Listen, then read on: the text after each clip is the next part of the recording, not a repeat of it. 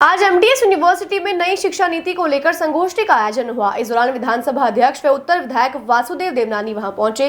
वे विद्यार्थियों का मार्गदर्शन किया, साथ ही शिक्षकों को भी मार्गदर्शित किया और नई शिक्षा नीति को अपनाने के लिए कहा। साथ ही उन्होंने कहा कि नई शिक्षा नीति के माध्यम से विकसित भारत की ओर हम देश के युवाओं को बढ़ा सकेंगे।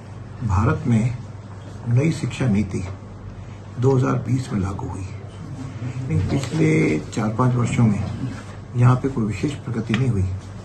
हालांकि उस शिक्षा नीति में मूल जो केंद्रित है वो भारत केंद्रित है, विद्यार्थी केंद्रित है, जिसमें हम भारत को कैसा देखना चाहते हैं उसको लेकर के उस शिक्षा नीति में कई प्रकार के प्रावधान हैं और उसमें मल्टी एंट्री भी है, साथ में विषयों का भी फ्रीक्वेंसी है, क्रेडिट सिस्टम है।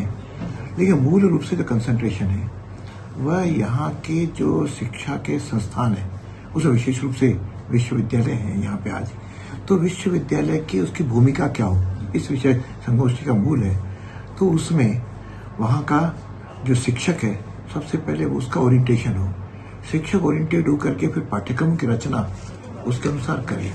फिर पाठ्यक्रम रचना के बाद फिर विद्यार्थियों में वैसा संस्कार, तो शैक्षिक वातावरण बने, वैसी वहाँ पे सुविधाएं जैसे आधुनिक कंप्यूटर लैब हो, खेल के मैदान हो और वहाँ पे सारी चीज़ें उपलब्ध हो, संरचनाएं वो उसको ठीक की जाए। तो निश्चित रूप से ये जो शिक्षा नीति है ये भारत को सिरमौर बनाने वाली है। पिछले 200 सालों के अंदर जिस प्रकार के यहाँ पे अंग्रेजी राज में भारतीयता के साथ काटने की सारी नीतियाँ चली, उसका पिछले 75 साल भी केवल हम डिग्री प्रदान करने वाले या नौकरी करने वाले युवक ही तैयार करते रहे। तो आज आवश्यक है कि जब 2047 में हम विकसित भारत देखना चाह रहे हैं तो उस अनुसार नीति में परिवर्तन करते हुए एक नई पीढ़ी को हम भारतीयता के आधार पर शिक्षा दें और ऐसे लोग तैयार करें जिनके जीवन में राष्ट्र प्रथम हो, तो ये देश आगे बढ़ेगा, हम भी सब लोग सहभागी बनेंगे।